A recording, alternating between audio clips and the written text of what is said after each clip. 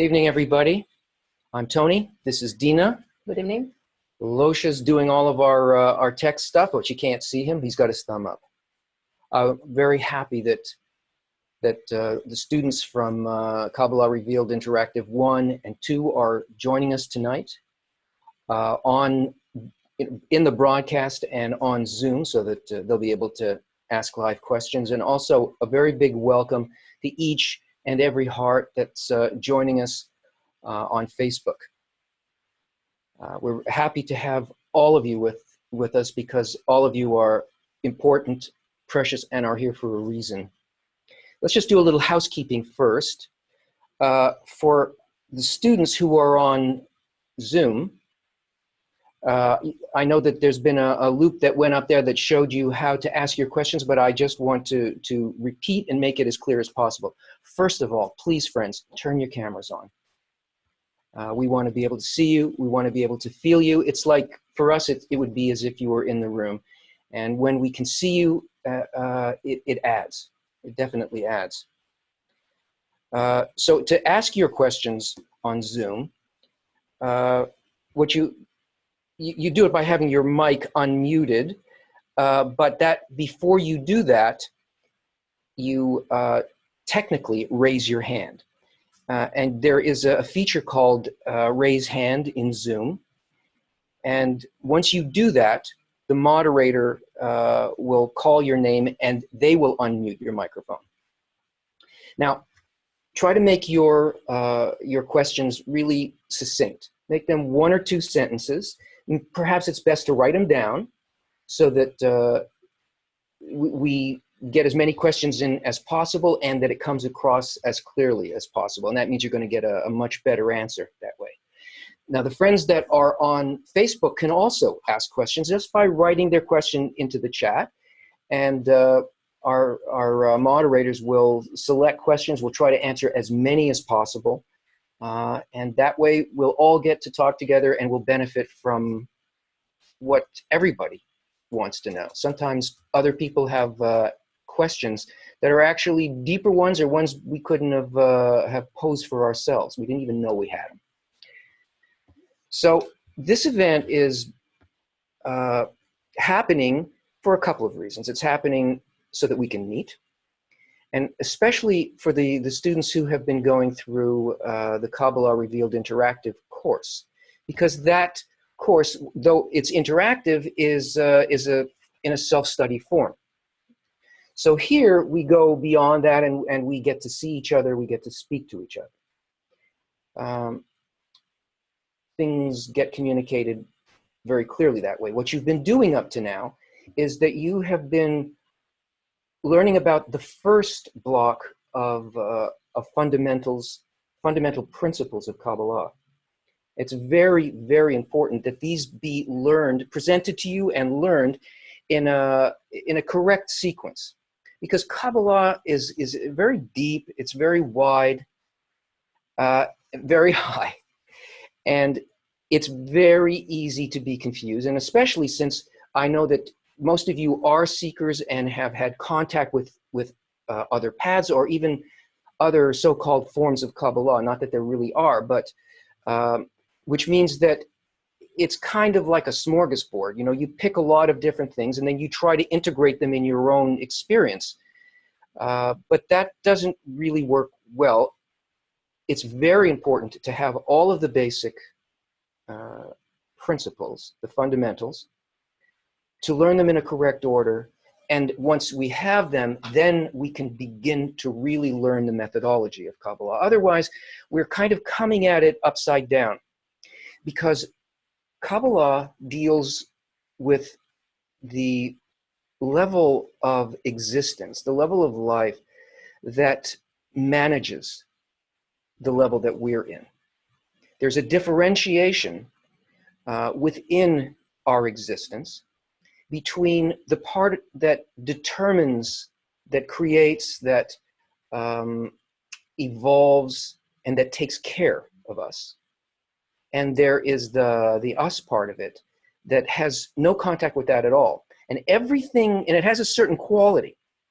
Everything that we imagine, what we think we perceive, and the kind of reasoning that we use to put our understanding of things together, our insight and our sensation of things together, is all coming from the level that is managed. There's nothing truly created here.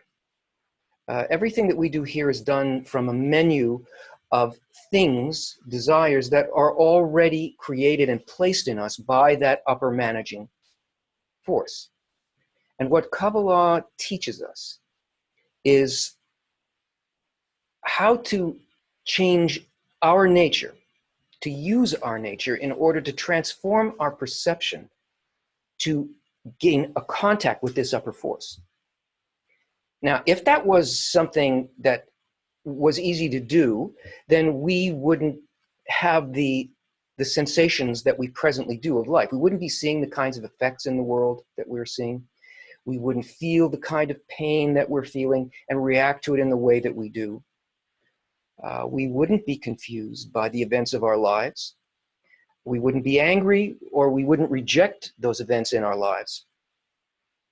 So we need to understand that we have to unlearn the conditioning that we have to always operate out of that created part of us, that part of our nature that really the method of Kabbalah is here to teach us how to transform out of, how to reach that other place, so that we also can feel the happiness, the fullness, the completeness of life, and also be part of that managing force.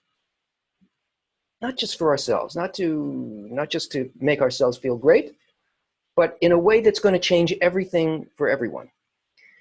So what you've been learning up till now, if you are in Kabbalah Revealed Interactive 1, is the first set of fundamentals. And we have friends who are also joining us who have already been through that. They're in the second segment of that. So they've just about got all of the basics done. And then they'll be moving on to working more in the methodology. And that's going to happen in a different way, and we'll explain that a little differently later. 1 second.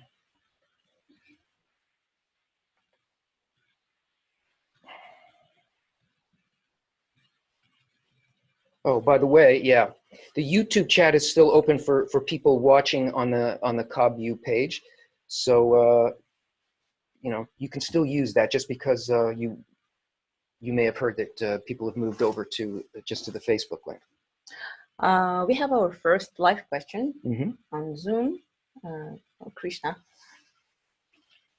Okay, so. Oh, on Zoom. Yes, on Zoom. Yes. Excellent. Oh, look at all those faces.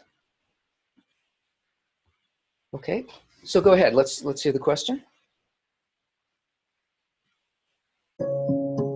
YouTube. Oh, Krishna? Yeah. I think he's already unmuted. Okay.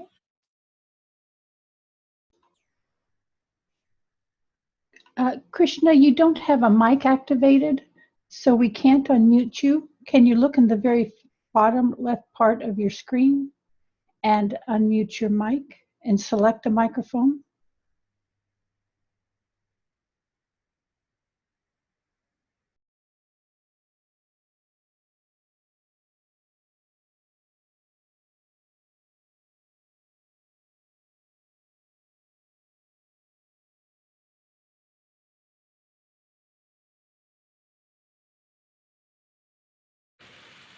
So what I just to complete the idea that I was talking about is that because you have all been seekers and you have all of these other things in your salad for your spiritual search, it's very important that we learn to use definitions that actually address how things are structured in our reality.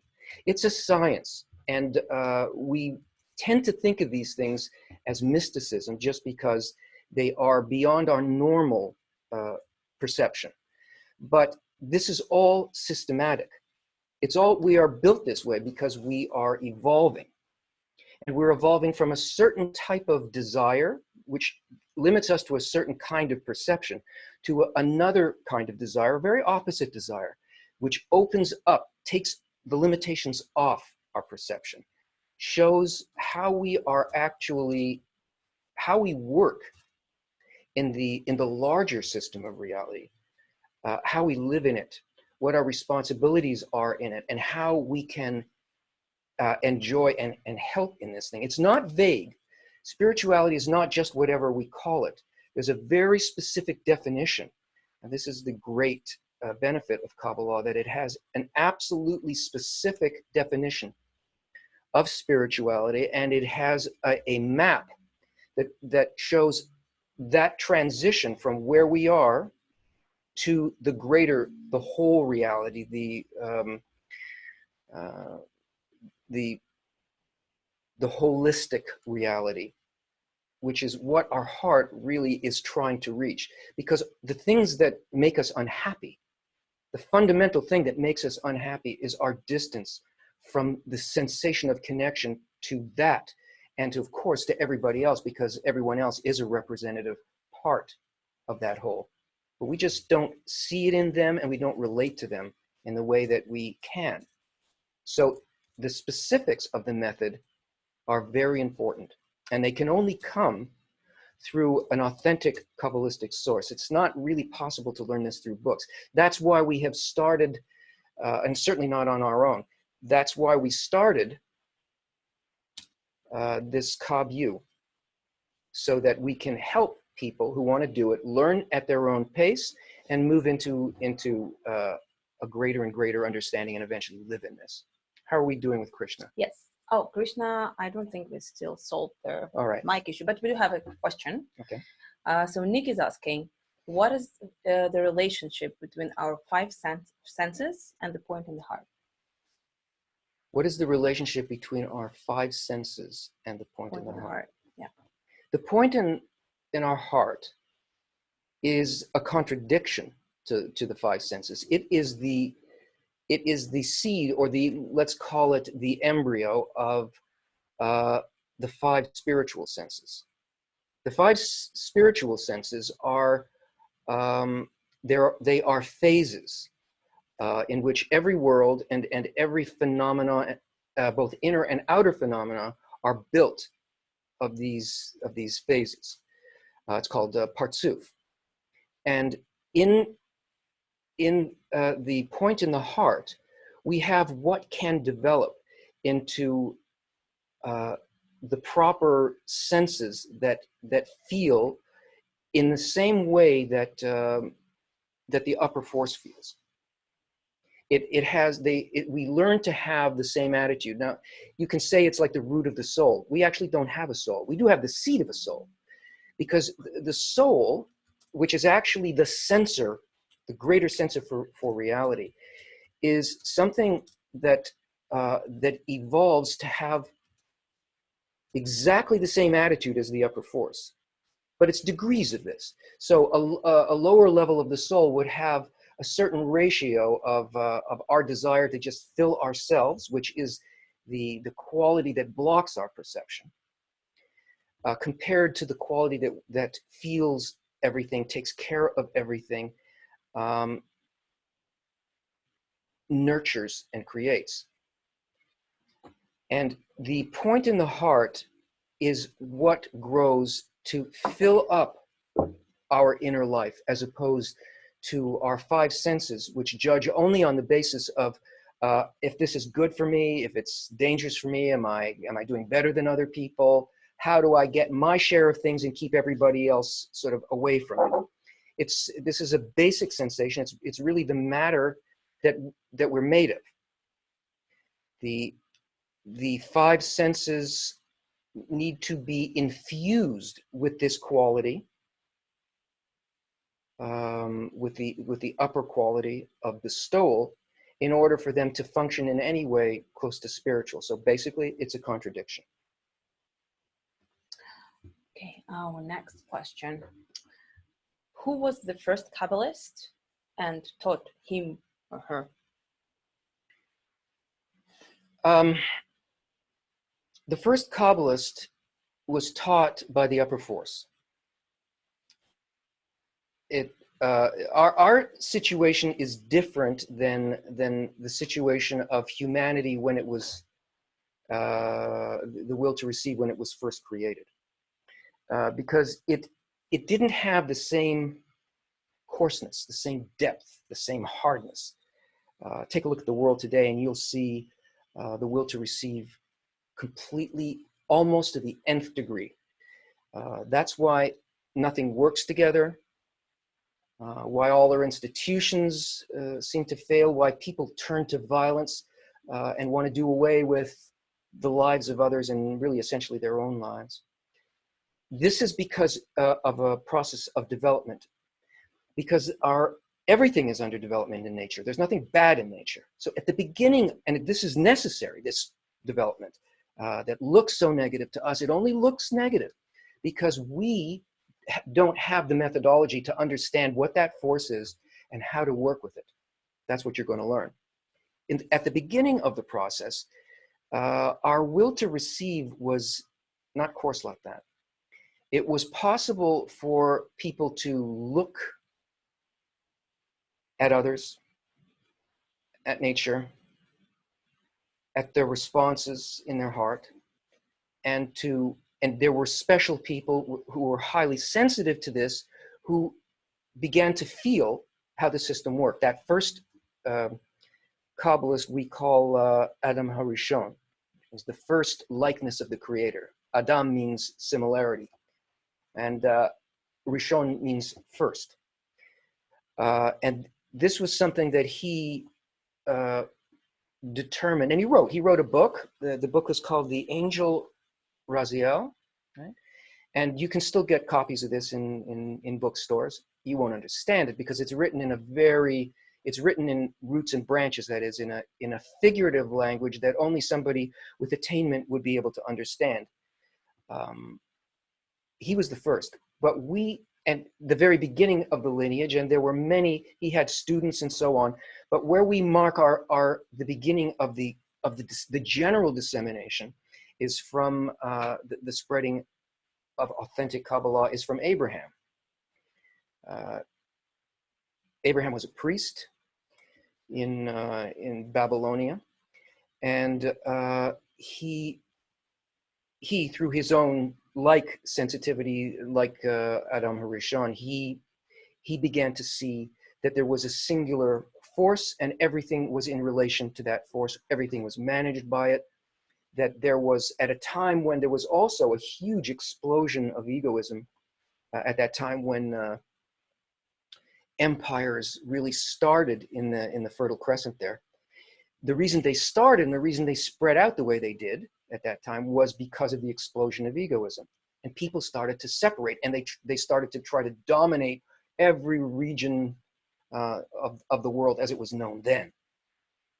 He, however, said that there is a way in which, even though nature creates all of these differences in everything and seems to separate us and has this huge force of the will to receive, which, by the way, is the core of human nature, even though this is happening, that doesn't mean that human unity is impossible. And he began to teach a method to thousands of people, the original United Nations, which were called the family of Abraham, or the sons of Abraham. But what it meant was his students. And they formed the original United Nations, which they called themselves Israel, which means direct to the upper force. That's what that term means. And from there, Abraham also wrote a book, and so on and so on. So it's been a lineage from Adam HaRishon through Abraham, and then for about 4,000 years from then, through specific lineage of exactly the same methodology, taught teacher to student, until we reach this time.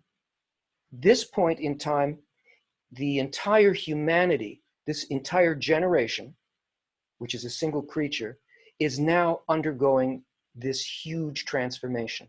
And now it's not teacher to student. It's, again, the upper force through an open channel of those who have studied, just, who have studied and can instruct. But you are also receiving this directly from the upper force, you being the entire generation, both you individually and everybody living today. Okay, we have 2 live questions on Zoom. Okay. One from Colson. So we can... Colson, yeah. Hello, can you see me? Hello?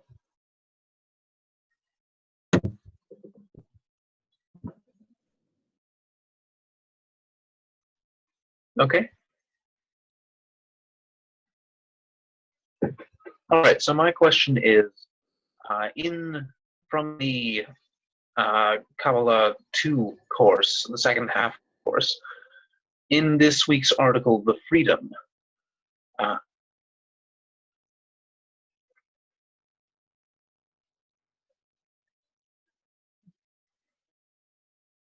it speaks of the point of freedom being that we can choose our environment. Is this mitigated by the creator's ability to direct all action? repeat that.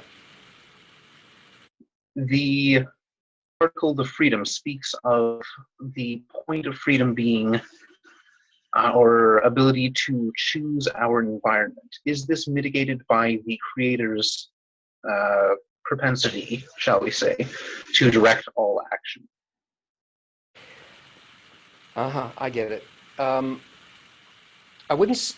When you say mitigated, you mean, is it a choice that I make, or is it something that the creator is actually doing, but I feel it as though I'm doing it? It depends on your own perception, your perception of reality here. There is a point of freedom, and if there weren't a point of freedom, it wouldn't do us any good, because to choose a good environment, because the place that the upper force is trying to get us to is to be voluntarily, willingly, desiring to act the way that it acts, feel the way that it feels. So at the point at which we are presented with an opportunity to go into an environment that would develop us in a conscious way, the upper light pulls back and leaves a space for us. This space is called the middle section of Tiferet. It means that one cannot really sense if this is going to benefit me or if it's not going to benefit me, but the choice will be made based only on the sensation and the desire in my heart. And the creator, or the upper force, leaves this space for us so that we can stand up and walk in its way.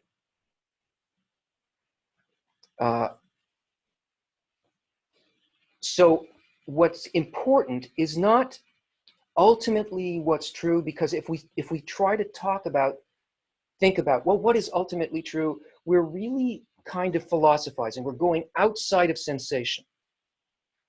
We measure everything on the path through actual sensation. So whether or not the creator actually determined what the choice would be for us is irrelevant, because the freedom consists of where your sensation actually is. According to what you could sense, what were you willing to do and why? So it is freedom. But the ultimate freedom is to understand why the upper force would present us with a situation like this. To see that the other reason why it is also freedom is because you aligned with it. If you made the choice, you agreed to it, so it's yours. Whether the creator made it happen or didn't make it happen, put it in front of you, gave you the desire, you wanted it. Therefore, it is your choice. And you're aligned with what the upper light wanted for you. Okay. Next question from Zoom. What is the definition of spirituality? Oh, this is from the Zoom chat. From Zoom chat, yeah. The definition of spirituality is to act only in the heart, only and always for the benefit of the other and for the benefit of the whole, including the system, including the upper force. It is to, and we call that love because it functions over despite the desires that we may have or the doubts that we may have, or, and especially the desire to take the fulfillment of spirituality into our personal ego. Spirituality is giving to everything without a thought for ourselves, that the benefit should be to the whole. It's not that we're excluded from that whole, but it is without thought for self-benefit. That is, as the intention. Spirituality is an intention. It's not, enlightenment and spirituality doesn't consist of getting something and then being done with it. It doesn't mean that we have powers. As a matter of fact, the upper force hides itself. It is completely hidden to us, and it's hidden for a good reason. It's hidden because it's hidden for our benefit. This concealment allows us to have a life, us to be fulfilled. It does it completely on behalf of the creation, of all the life forms that it creates, develops, nurtures. Spirituality means that there is an attitude like that we can attain in the human heart. It doesn't come, it's not going to happen without the method. It takes a lot, it takes work, effort, and the help of others, and the following of the guidance of the upper force in order to do it. But that's where we're going. And, you know, having powers and all that stuff doesn't exist because we're not receiving anything through this. We're giving everything through it. It doesn't destroy anything for us. It actually unlimits us. Because like the upper force, spirituality is unlimited. It doesn't have pieces. It's whole. It's holistic. And it never does anything in a partial way.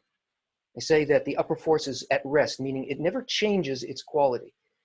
That's the quality that it's speaking about. And to say more would be actually to say less. You'll learn about it. Have another live question. Great. Heber from Zoom. Yeah. Heather? Heber. Right here. Oh, Heber. Heber. Yeah.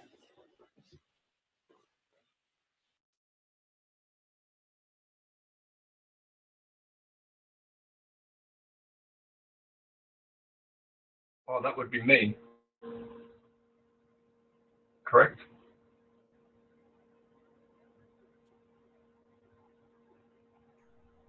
Yes, please go ahead. Oh, sorry. My question is, since coming across this approach to the Kabbalah, I've been exposed to the Tree of Life, and I guess the incorrect way of learning about the Kabbalah. A lot of things that Mr. Laitman and Mr. Kosinek have revealed in some of the videos make me think that I have some sort of hidden knowledge, or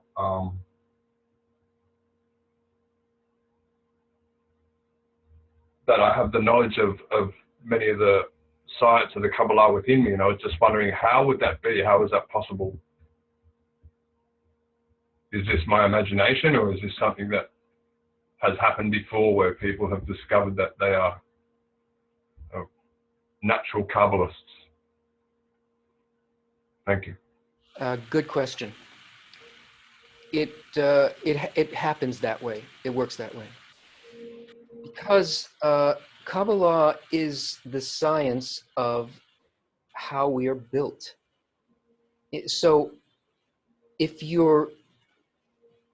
when you sensitize, when your desire evolves to the level where you start seeking out the real purpose of things, then you begin to see the naturalness, the closeness of this method, this science.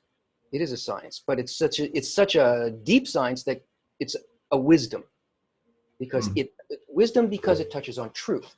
Truth means what is so in you. Yes, there's a naturalness to this. It depends on the sensitivity of your heart. But people find that, and I found this too when I began studying with a real teacher. Of course, it's like, oh, there was this, this, and this, but now this put it all together. So that's why it feels this way. That's why I've intuited this, or, you know, it's like sewing together beads on a string of many things that seem very disconnected in life.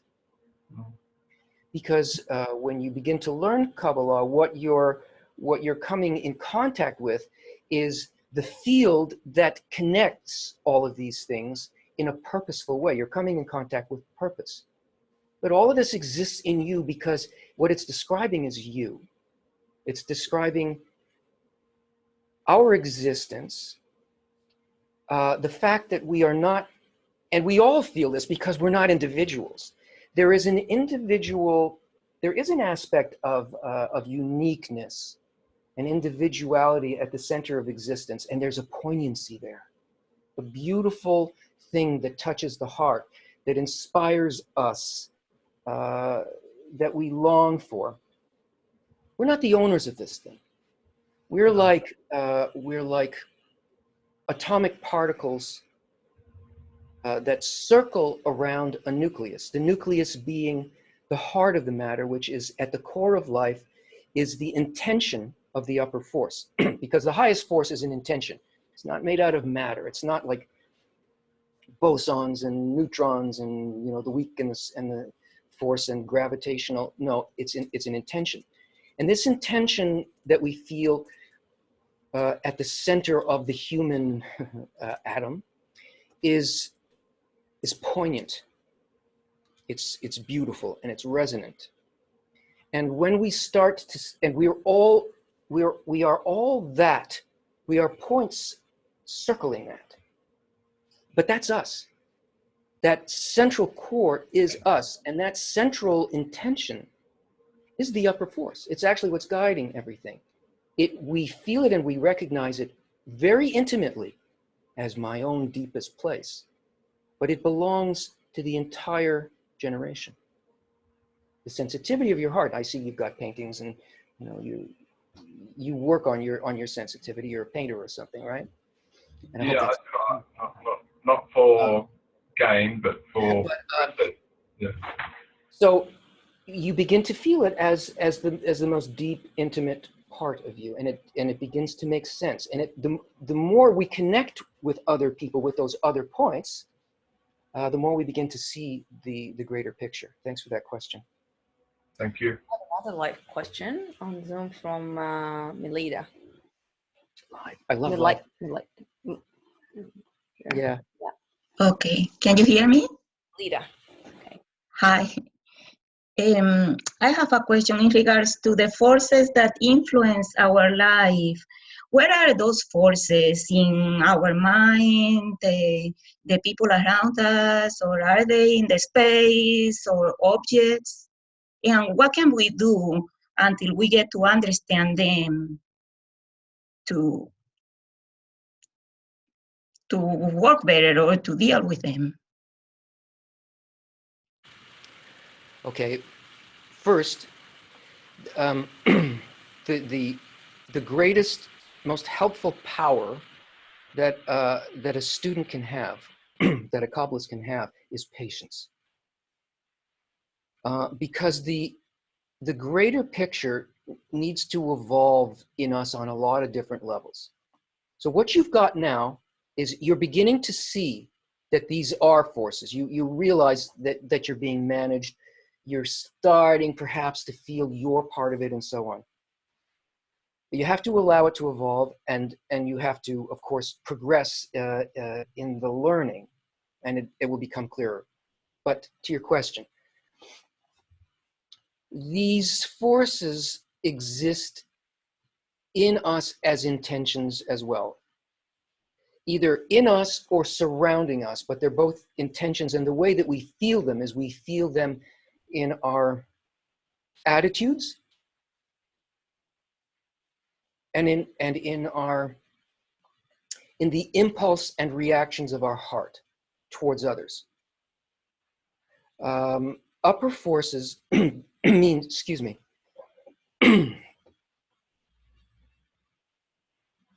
just means what manages us. And what we're trying to do is to incorporate the opposite force into our heart. We have to learn to recognize, first of all, we determine this opposite force by seeing what we're not and wanting that. I wish I could feel like this upper force, but I don't. I feel like getting in front of that guy as I'm driving, even though I can't move ahead of the traffic. Or I'm upset with this person because I feel like they interfered with this or with that. Okay, so instead of the target that I have, which I must learn from a Kabbalistic source, because we can't imagine this target. Instead of that, I've got this other thing. So now I've got this other feeling. I've got a sensation that is really bothering me. It hurts me. Maybe it wouldn't hurt somebody else who didn't want to operate in an opposite way, but it hurts me.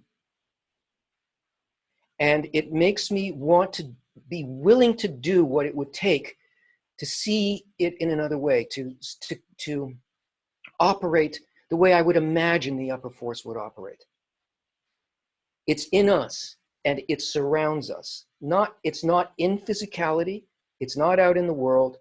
What the world is also made of an intention. Predominantly, the intention is an egoistic intention, and society, the force of what people say to us is very profound. So it depends on where you place what you call your primary society, because it will influence you there. But look to be and to want the things that it wants. So you can't yet work with those things out in the world, but you can begin to work with them within yourself in relation to your study, in relation to the text. And as you move, I know you're in Kabbalah Revealed too, right? There's another course that's being built now, which I think you're going to really like, that's going to be ready for you when you're done with this course. And it's going to incorporate more of the methodology and other aspects that you need. There you begin to work in a broader way and in a more specific way. But you can't immediately apply the fundamentals to the world. Don't try to do that, because it doesn't work out there. Do it in your relation to what you're reading, what you want out of the path, and that'll help. We have one here from, we have a lot of questions, really live and texted from all the sources. Oh, so I should be shorter in my answer. So from Facebook, Joshua is asking, what is evil and how do we transform it to good?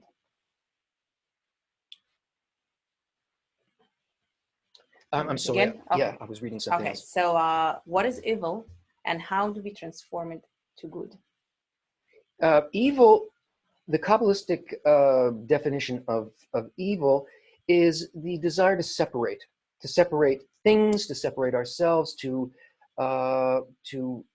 move away from the quality of the upper force. And everything that hurts us individually and that hurts humanity is only based in that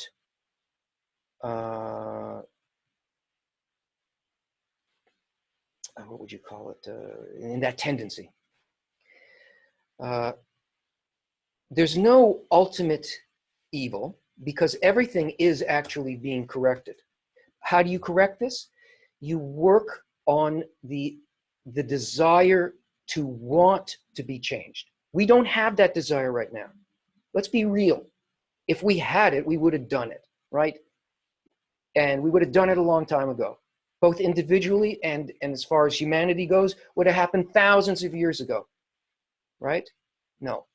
This is something that has to be done in a very specific way, and it has to be evolved in us, and we need the force of other people to do it, and it has to happen at a particular time. So now is the time. We are at the end of a cycle that the Kabbalists call 6,000 years, and it's possible for us to do these corrections now, where up until about 1590, we weren't able to do it. We can now. But do we correct evil? We don't correct anything on the physical level. All the correction of our desires, our own desires, and the effects of this tendency to separate in the world, their repair comes as a byproduct of the actions that we do internally with each other in Kabbalah. The people who have come to learn this are sort of the first to stick our head above the waters of egoism, you know, where now the sun and the air is there, the spiritual air, and from there we begin to calm these waters. It's a byproduct, but it's not that we're going, I got to fix my life, I have to change my bad desires. We can't work with desires. Desires were put there by the Creator, by nature. Nature's putting them there so that we will develop a force over them. What gets corrected is, first of all, our harmonious perception of their necessity and the harmonious interaction that actually evolves life. We see it as good, and as a result, it becomes that. The world is not real. The world is, I mean, it's not real in the sense that it's not physical. Our will to receive projects all of these qualities that must be corrected externally. It's like the way that a projector works, or that the eye works, where it flips the image. It's actually going to the retina, but it's projecting it outward. It's inside of us, but it projects it outward. So these corrections are never done directly. They're done with the help of the upper light. The upper light is asking us to go through this process, guiding us to a place where we can learn the method of nature, which is all that Kabbalah is, and come to it, and come to want its influence in our lives. Yeah? So we have a comment here from Linda from Kabbalah Revealed. She's saying, first, huge thanks to Tony and Kabu. The course is really life-changing and opened up my perception in a way I could never imagine. And then Linda also has a question. And in one of the lessons, we learn about the reforming light. It sounds like kind of mysticism. Can you explain what is it exactly, and what is the best way to draw it? Is there a practical method to do that?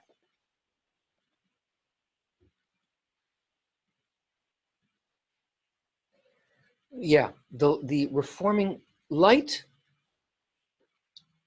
is love, but it's spiritual love. It's that thing that connects everything despite differences and despite what our egoism says that might mean for me. It's not something that we do directly. The reforming light is what is drawn by an accurate desire. But how do we evolve a desire for the right thing? We don't, I keep repeating this, we don't know what it is now. Everything we imagine is coming from our egoistic reason. There's a limit to that, and it's hard to want something that is not in our vocabulary. It does exist. It just exists outside of the forms we imagine. So we need a map for this. First, the goal needs to be presented to us in such a way that we can now begin to aim at it. And that we get from Kabbalistic books. We get it from those things that have been passed down through the, over 5,000 years, and that have arrived in a form that that are suitable for us. We get it primarily from the books, then working with the books in lessons, and then working with the books in lessons and relating to others. But the books are not, we think of them as books, but they're not books. What they are, in the sense that we think of it, they are actually channels, openings that allow us to feel a certain kind of inclusive, connective force, a field. And this comes from original texts. Now, you're learning in an interactive form. We're presenting a lot of stuff to you either as clips and then as questions and answers and explanations of things in the course. But working directly with the books is a must. We attract the most light with these books. And there are packages of books, actually, for both the first Kabbalah Revealed section and the second one. And there are 3 books in each of these, and I think they're on a special. Yes, there's a special price for people who are in the course. There's like a code, and you can get the package, and you get this 20% discount on top of whatever other deals they might have there. A book is there is a spiritual root for a book in the way that there is no spiritual book root for a computer. It's the connection through a book. That's like printing black letters on a white background as something that we hold as an object, actually has a very special root. And the book Kabbalah for the Student has all of the most important articles, right, in it. And it has it laid out in a way that you're going to need, and probably you're not going to need. That's the central tome of everything that you'll do through your entire career as a Kabbalistic student. And there are 2 other books that are also very important. I don't want to waste time by going into a lot of details, but there's 2 packages there that are that will help you attract the light. Even if you don't understand, and it's not important that you do understand, you're not going to. When you start, you're not gonna. And that's to your benefit, because it creates a longing to understand the target, to see how the worlds are laid out. What are the worlds?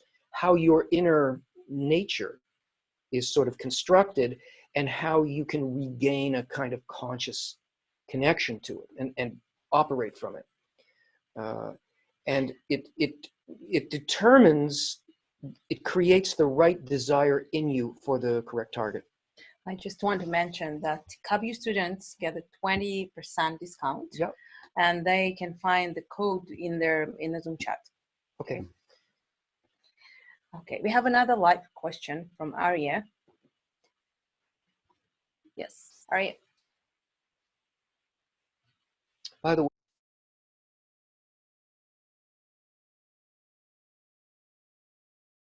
hi, can you hear me? Can you hear me? yes. Okay. If we take the phrase, there's no one else besides him, can we assume so that there is not a bad force, that there are no bad forces, and the only force, it's him, and everything is being done by him?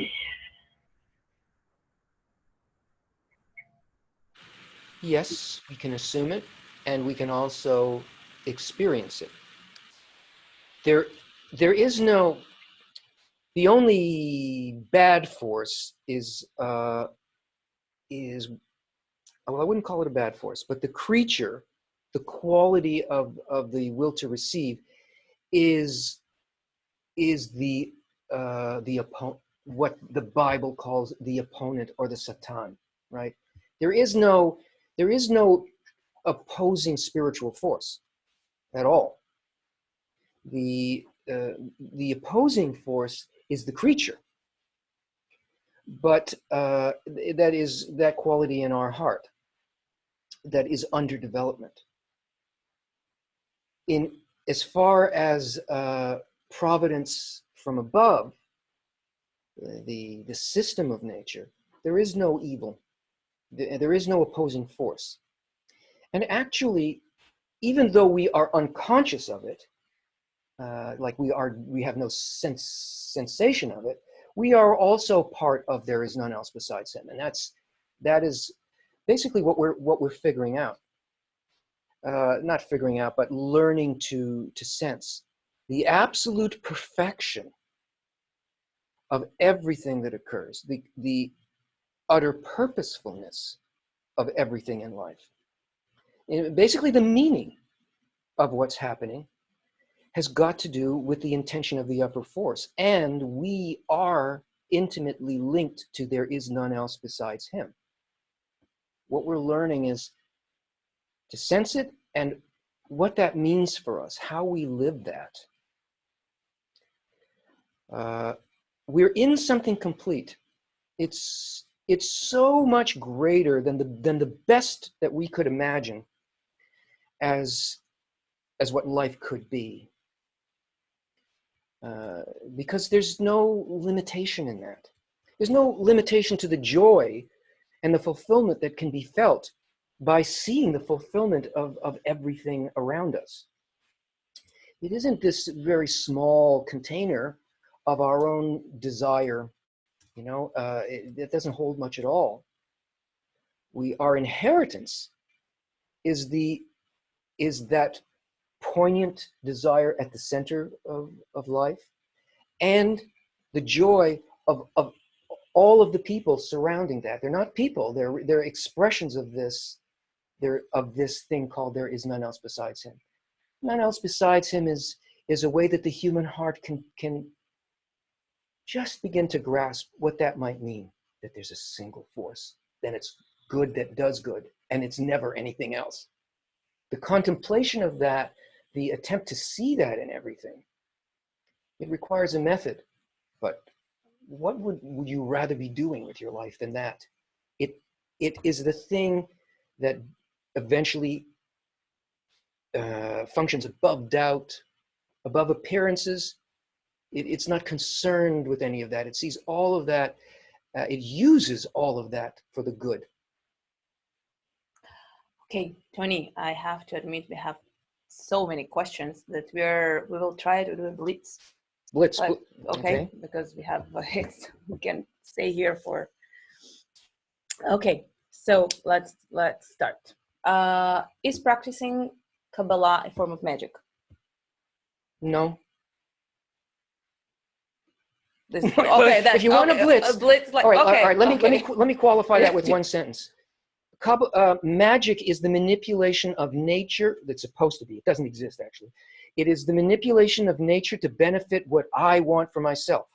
That's impossible in Kabbalah because there's a fail-safe in it, that when a person rises to work with the forces of nature, they only get there by having their desire purified. They would never do anything that a magician would do. Is the only method of correction is Kabbalah? It is the method of correction. Just like, there is a planet Earth and a planet Mars, there is a left and a right hand. This is, in its purest form, this is the method of correction of creation. Everything else, every other method, are derivatives or watered down aspects of it that have occurred because it was not allowed to be completely revealed until just before the 21st century. Okay.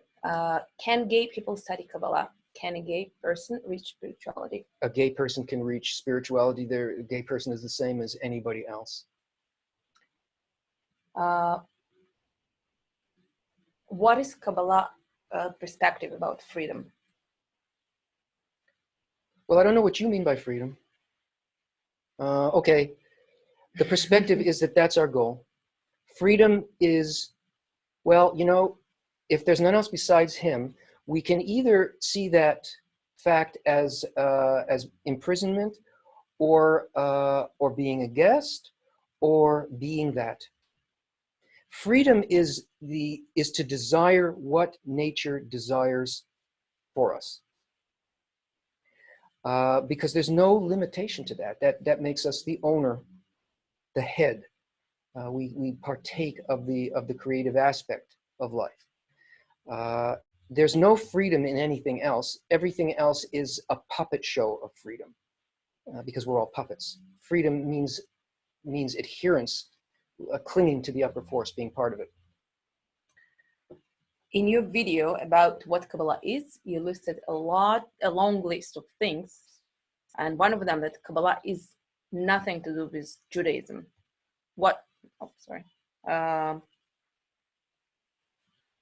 Why is Judaism on this list?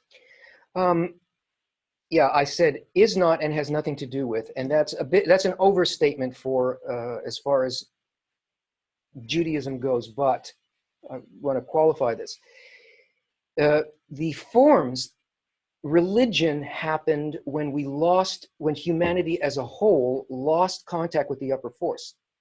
That instead of it being direct attainment and a united people. Remember, I said at the beginning that the students of Abraham were the original United Nations. The people of Israel were representatives of the 70 nations in the Delta there.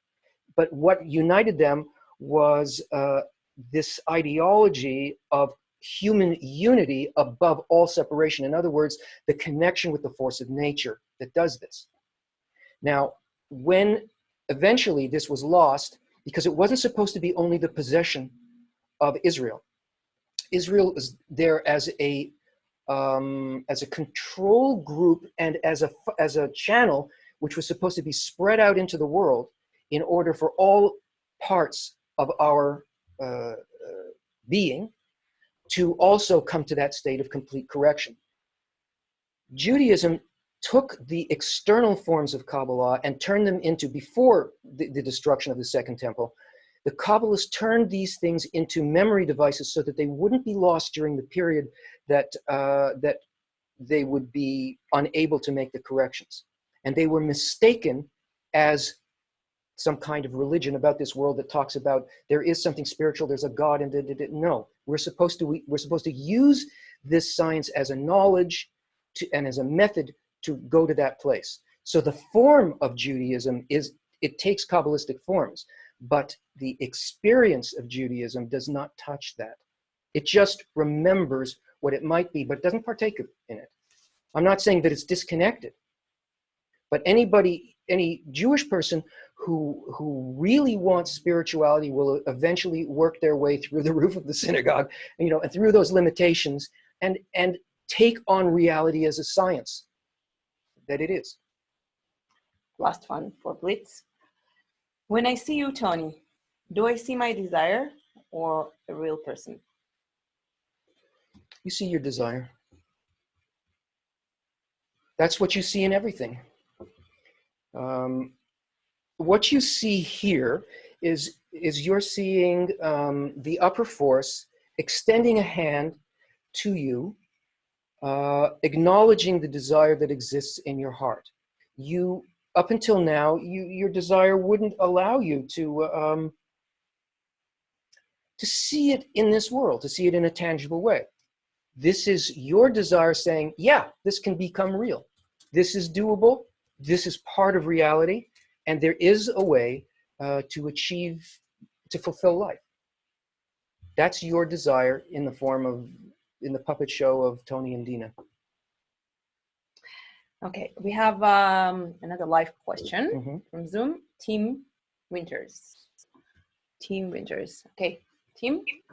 Hi. Can you hear me now? Yes, we do. I'm trying to understand the work in 3 lines.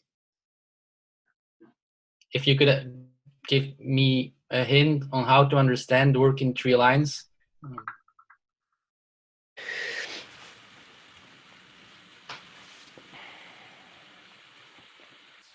I'm thinking about how to answer you.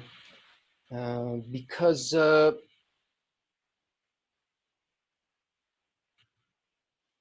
where you are. There's certain things to say.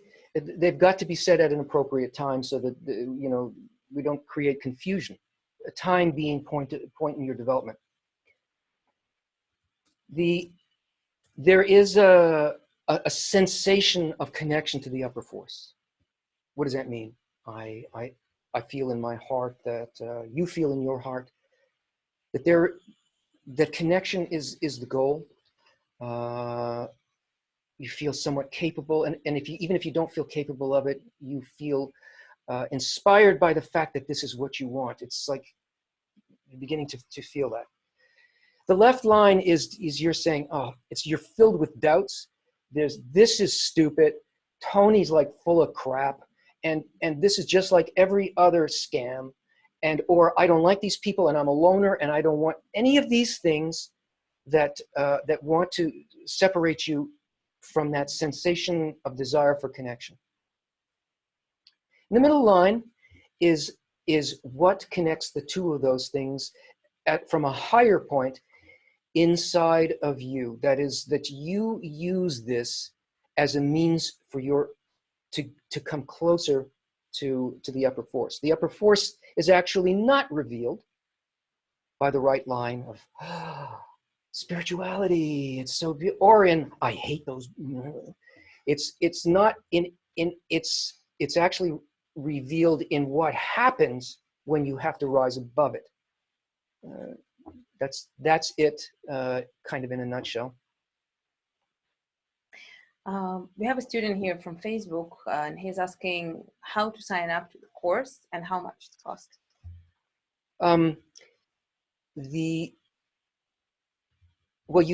There's I believe there should be a link in the chat on Facebook and if you follow that, you can sign up for the course. Now there are, and that would be the beginning of the Kabbalah Revealed Interactive 1.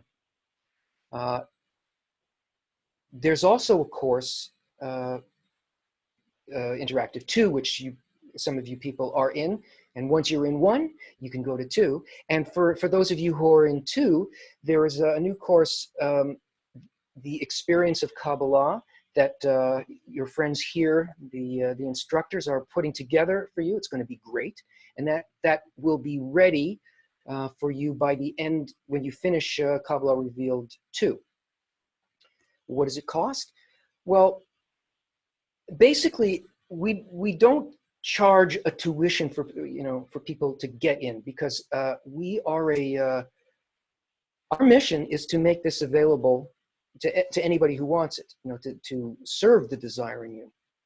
So it's free, but it does cost us to do it because all the people who work on this, basically, maybe there's one or two who are sort of employed, helping run this thing, but there's a big group of people who are students who work here, spend their time on this, and then there's all of the hardware that it takes to do all this. Even though we have technical problems, we have an incredible infrastructure of servers and archives and all kinds of other types of accounts that it takes to be able to run a thing like this. So there's a banner when you go into the site. I think when you go to where your course is, there's a banner that shows up for a bit there.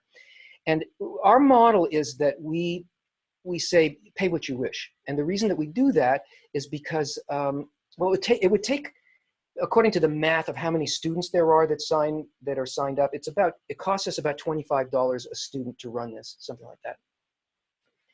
And, but if you don't have that, we don't want to say you can't study. So that's why we have this pay what you wish. So you can pay nothing if that's your situation. You can pay $5, you can pay $10, $25, or you could, if you're well heeled and you believe in this kind of thing for other people, you could even pay for some other student. Like or you could contribute on a small amount on a monthly basis or whatever.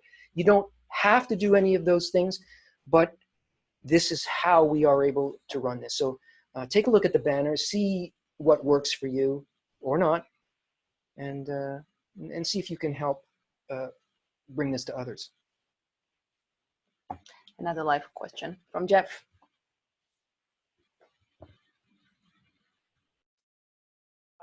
A question, to see if I can rephrase it so that it's understood. Am I heard okay? Can you maybe get closer to your mic? Okay. Can you hear me now? Better. Yes. Can you turn your camera on? Yeah, I can. Okay, I will. Okay. The question is that the level of Matt started at level 0, where he was just in nature, only in nature, and didn't need to escape from nature, but the ego wanted him to get something. I cannot hear you. Losha, Well, at level 0, we were. Please get as close as you can to your mic. We were at a form of being very close to nature, and at that time also we have the Bible, and we have Adam and Eve, and we have the tree of life, and the serpent, and we have the tree of life, where the beginning of good and evil starts. That same that same relation to man is the same as ego has become. Egoism has grown to a great extent to level 4, and that's the same thing as the original tree of life with Adam and Eve in modern day. The thing is that things are more complicated today, where we're more broken from everything. We're so broken that it's more complicated for us to, we have more of a need, and back then we didn't have a need, and to get that sense of where the past of then is still true today, seems to be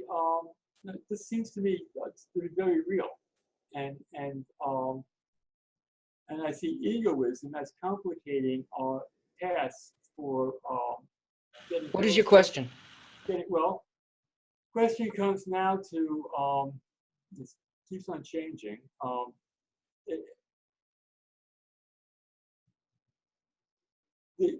What I remember is that where we are as where we are, like you gave in your video, the main things that hit me that were true were the relations to Let's stop there.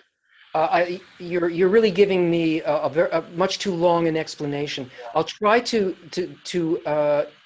sense what it is that you're asking here.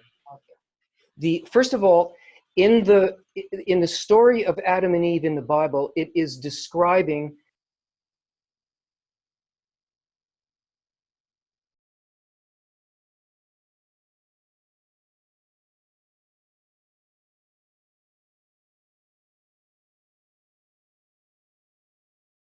life. We are that. And it's describing in technical detail those forces and how they evolved through a series of inversions of desire to the point where the Big Bang happened. In other words, where we began to sense matter and sort of enter into this reversed kind of perception that we have. It deals with precision, and it's in language of branches, precision about this and the creation, this basic beginning and the structure of the worlds, bringing us to where we are now. The Bible does not talk about anything historical. It's never talking about anything physical. It's describing to you how you got into this situation that you're in at this very moment at 20 minutes past 9 on a Sunday night. and where you can go from here. It includes everything that happened over the entire arc of the development of humanity and everything that will happen with it, because it is an upper force and not limited by the perception of everything that is underneath it, which is the point from which you're trying to understand this picture. Yes, it is complex now, and that seems like a simple explanation because it deals with 3 characters and or 4 characters and a tree and so on. But the meaning of those things is deep, complex, and what we're trying to do is turn them back into a simple way of apprehending what we should want, how we should relate to each other, and basically what Kabbalah will open up for us as something so natural that it sits in us as our own take on things. So we're not limited by how the will to receive, the reason of the will to receive gets really confused by the complications that it makes because it believes that things are separated. This is what the transformation helps us unlearn. And you will, instead of there being 1,000 things, as you work, you'll learn they'll turn into 100, then they'll turn into 10, and that 10 will turn into 1. And that 1 will be the upper force in your connection with it. But it's made as a hologram, and it can include everything and look like 1 billion particles, 1 trillion particles, a gazillion particles and separate things, but it's one thing. And we can approach it with one intention, if it's the correct intention. Okay, so Jenny is asking, I sometimes feel like I'm lost and I don't have control over my life. What should I do?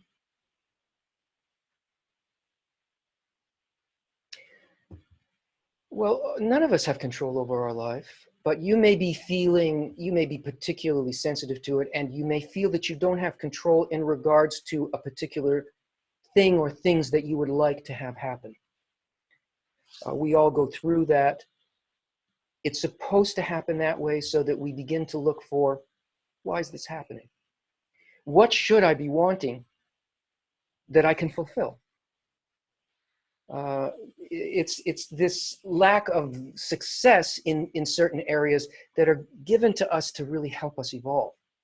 What you should be doing is what you are doing. You're trying to figure out what causes this kind of suffering that I have. Why is it happening? What's it for? And how do I work in a way in which it doesn't have to be this way? For me, or for other people.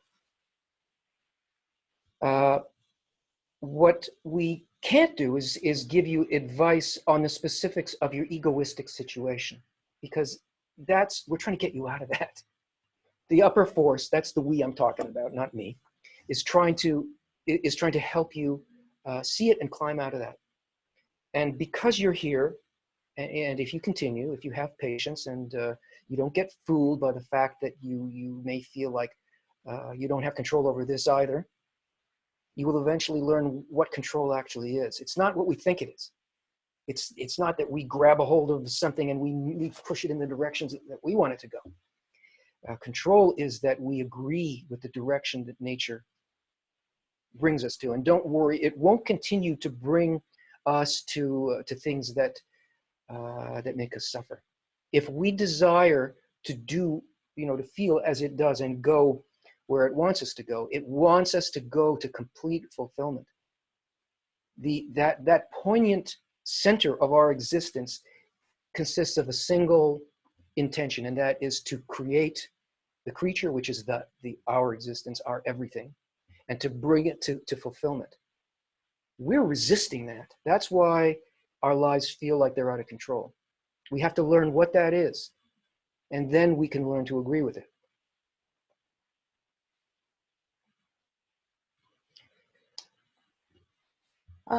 Idolka, I hope I'm pronouncing the name right, from Zoom chat. Do women have the same capability to evolve their desires? Yes, spiritually, there's no difference between men and women. That is their ability to be on the path, to learn it, and to fulfill it.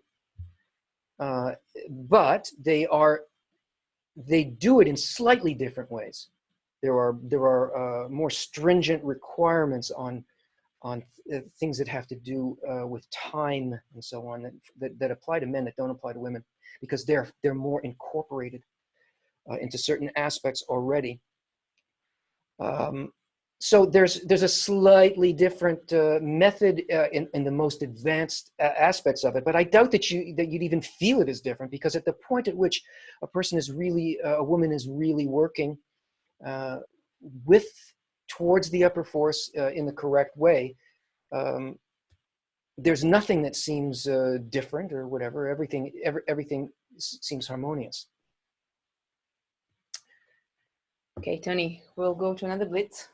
Let's make it like 30 seconds for, we'll make it a little longer because we started later. So oh yeah, right. Okay. So another blitz, let's take 30 seconds for a question. You're so strict. Yeah. Okay. First one.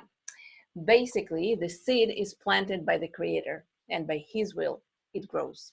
Presumably, He means the point in the heart. So what can you do? Do you have to do anything? You must. If you just wait for things to evolve the way that they would, because, well, He does everything, then you're going to get what we're seeing now in the world. That's just, that's the slow route, where we get evolved only when huge negative forces move us. They get us to grow. We don't want that. What Kabbalah teaches us is to accelerate the process, to get ahead of the force that would have to push us out of our stasis. So no, we have to learn what the goal is, and we have to try to constantly advance and accelerate our advancement, and that's what we're learning to do. Next one. Is that 30 seconds? Something like that. Okay. Next one. How would the discovery of life on other planets and galaxies impact on Kabbalah and its teaching? Would it make any impact at all? Why would it? No, I don't see why it would. But the thing is that there are no planets, and our life is not the way that we think it is. There aren't individual lives, actually. There is really just a desire, a central desire, beautiful desire, which if we felt it and allowed ourselves to be fulfilled by it, that's life. So what life forms are there? There's the form of life which is bestowal, and the form of life which is reception. And you can throw anything you want into the category of will to receive, including other forms of life, other planets, other dimensions. They're all projections of the will to receive. Does the sixth sense of light correct desires only? Does it change the physical body? No, aging changes the physical body. The results are internal results. They change the quality of life. They change how good it is for others, and we're included in that. There may be, it's a complex system. It's 620,000 nodes deep, and they're all interconnected, and they all have different paths to work themselves into the center. But so you as a byproduct, you could get changes, but what's being evolved is not the body. It's not like the Darwinian thing. What's being evolved is desire. And the reason the body changes is because desire determines everything. Sorry, Ari is asking, how can you desire to give without obtaining recognition? Only by studying Kabbalah, by attracting the upper light, because the upper light eventually pulls us into that ability, to that desire. You continue studying. Don't expect to do it on your own. You can't do it by your own efforts. You have to do it by agreement with the structure of nature. And you'll learn what the structure is. It's an internal thing. So eventually you feel it as your ability to do this. But it's happening as a result of the upper lights attracting us and evolving us, and the way we respond to it is by making the efforts that it puts in front of us. And that's how Kabbalah is structured. If you follow the course and you do the assignments and you go to the next course and so on, the path opens up and you begin working with these things. Nick is asking, is the sixth sense actually the creature that abides in the body? The sixth sense is actually outside of the body. The sixth sense is something that can feel the action of the upper light on us.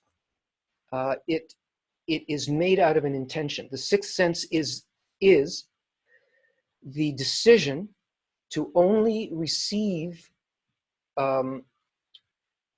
illumination from above. That is, to only receive in order to fulfill the will of nature, in order to fulfill the desire at the core of life, which is to create a creature and to fill it with complete fulfillment. If we make this decision, let's say, which is an intention, never to receive only for myself, or to receive as much as I can only for the sake of fulfilling the desire of what we call the creator, the upper force, that's a sixth sense, and that sits on top of our will to receive. It's not in it. It's not in the body. It's something completely above the body, already touching the border of the spiritual realm. Okay. Michael is asking, is it too early to begin to study the Zohar, or should we try to discern what we can? Is it too early to begin to study the Zohar? Yeah, it is. I mean, go ahead and look at it. But the Zohar is the most complete and relevant book for us, because it is the place in which we can experience all of these forces as they are evolving in us within the moment. But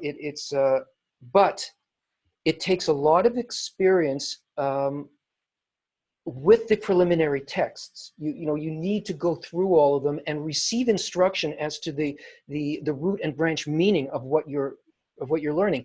And a person has to learn the proper attitude to bring to the reading of the Zohar. The Zohar is not read alone. It cannot be understood alone, because it's not addressing the individual in the sense that you think of the individual now. The Zohar addresses the collective existence.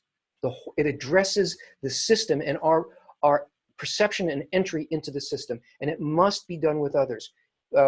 This course will eventually take you there. Look at it, but you'll see it's like you're going to misunderstand everything, and you're going to start thinking it's mysticism or it's weird or even spooky.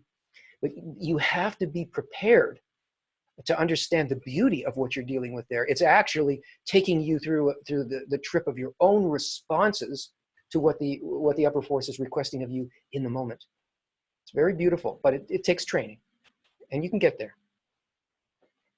Okay, Tony, I'm sorry I'm doing it to you. We have about 6 questions, and we'll try to make it 10 seconds? One sentence. Just okay. Glide's asking, is our perception coming from our nature or from our education? It's coming from your nature. Your nature is determining the type of world that educated you. And that education is based purely on egoism. Ari, is giving thanks an example of bestowal? No. Giving thanks is important to feel the greatness of the upper force, and it allows us to open ourselves up, to be vulnerable to it, and to want to receive what it has to give. Brad, how essential it is to learn Hebrew in Kabbalistic education? To begin with, it doesn't matter at all, and many people can't learn another language, although Hebrew is fairly simple. As far as Kabbalah goes, there's really only maybe you need to know 200 words. But you have to understand them correctly. We've gone to great lengths to, B'nai Baruch has gone to great lengths to translate everything you need to get onto the first rung of the ladder. They work, the translations work. You don't have to worry about that. If you want to go more deeply and to see it as a hologram, to see the crossword puzzle of how things work, Hebrew is a very different kind of language, and it's a multi-dimensional language that goes in 10 directions at once. So it can be useful and fun. Yeah, period. Yes. Okay. Those were all clauses. Okay, Joshua, where does evil come from? What is it, and how do we bring it to this surf of good? One sentence. Okay, evil, the tendency to want to separate what we call evil comes from the Creator in order to develop us towards His quality. We get rid of it by learning to do that. The only way we do it is through the method of correction, which is comes through the lineage of teachers of Kabbalah. Okay, we're getting to the last question now. And what is the most important thing in Kabbalah? Your desire for the right thing. And understanding that that right thing has to do with your connection and your devotion to something that's true rather than to something that is just sweet. Now, it's sweet and it's good and beyond what we imagine now. But your desire and your commitment that this is real and doable, whether you complete it here or not, that's something else, but it is real. That is our reality. This is a description of what we already exist in but don't perceive. Your heart already feels it. Your mind is probably quite willing to give itself to whatever it might take. You wouldn't be here if you didn't feel that. That thing that's at the core in you that suddenly turned a corner and said, yes, this can be, and I want it. I want it more than I want the foolishness that my will to receive is telling me. That's the most important thing. Everything else will follow from that, and you have that. We're wrapping up here. Any conclusions, anything that you want?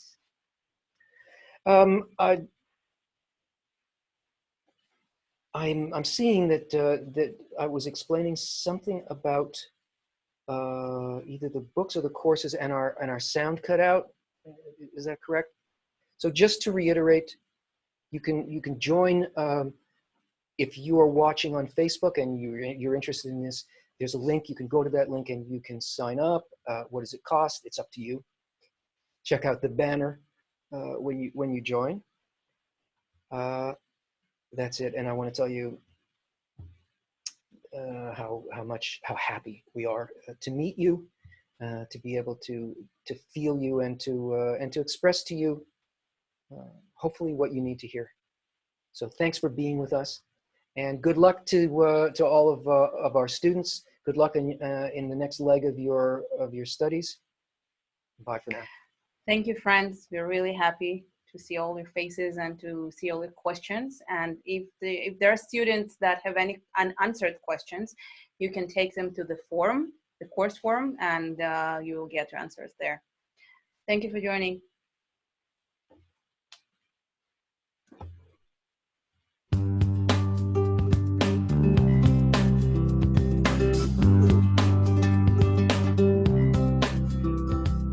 Driving down the road alone, I let go of everything I've known, and I'm ready for a new degree. Turned on the latest tune, and I know I'm gonna be there soon. My friends from another world are all coming to see. We're ready to unite, we'll dance into the night. With joy, we'll awaken the dawn. We come from far and wide to connect the points inside. We share one goal, we sing one song. It's a